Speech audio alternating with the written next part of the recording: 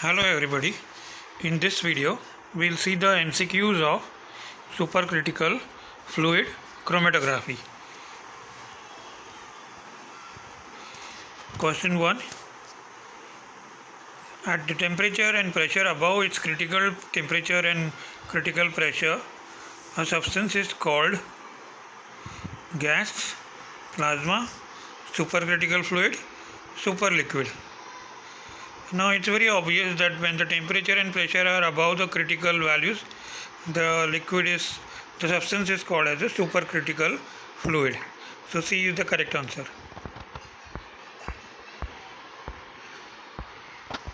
Densities of supercritical fluids are in the range of dash grams per cm cube, 0.01 to 0.05, 0.2 to 0.5, 4 to 6, 0.6 to 2. The answer is 0.2 to 0.5. The densities are in the range of 0.2 to 0.5 grams per cm cube.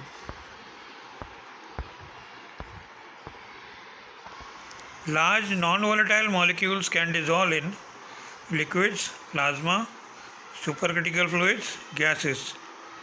Now it's very obvious that non-volatile molecules, they cannot dissolve in liquids or gases or even plasma. They will dissolve in supercritical fluids. So the answer is C.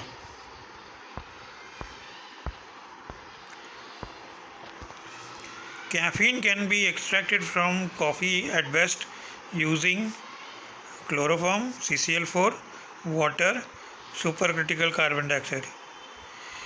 Caffeine can be extracted with chloroform and CCl4, but the best extraction without any trace of organic compounds is the supercritical carbon dioxide.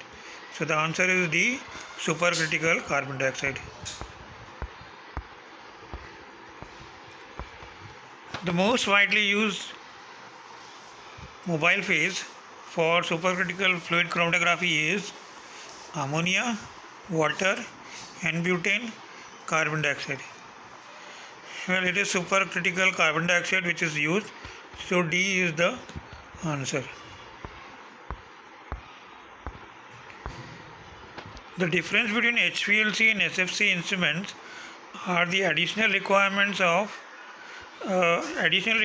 SFC of restrictors, thermostated oven, both of these, none of these. Well, in SFC, everything is similar to HPLC, the instrument, everything is similar to HPLC. Only thing is there is a restrictor present in SFC, and also a thermostated oven is required because you want the temperature to be above the critical temperature. So that you can have only if you are having a thermostated oven. Okay, restrictors are also required to prevent the backflow of the supercritical carbon dioxide or supercritical mobile phase. So the correct answer is both of these, C. When pressure is increased in SFC, the elution time increases, decreases, remains same, depends on the mixture being separated. So here the elution time will decrease if you increase the pressure. Increase in the pressure will cause increase in the density of the supercritical fluid, and as the density increases, the dissolution increases, and therefore the elution time will decrease. The correct answer is B. Flame ionization detector can be used in HPLC, GC, SFC, both GC and SFC. Now flame ionization detector can be used both in GC and SFC. SFC up to the detector part is like HPLC, but beyond the column SFC you can use detectors of GC. So whatever detector you are using in GC can be used in SFC. Okay, so flame ionization detector you are using in GC, so you can use both. You can use FID in both GC and SFC. Thank you. That's the end of the questions.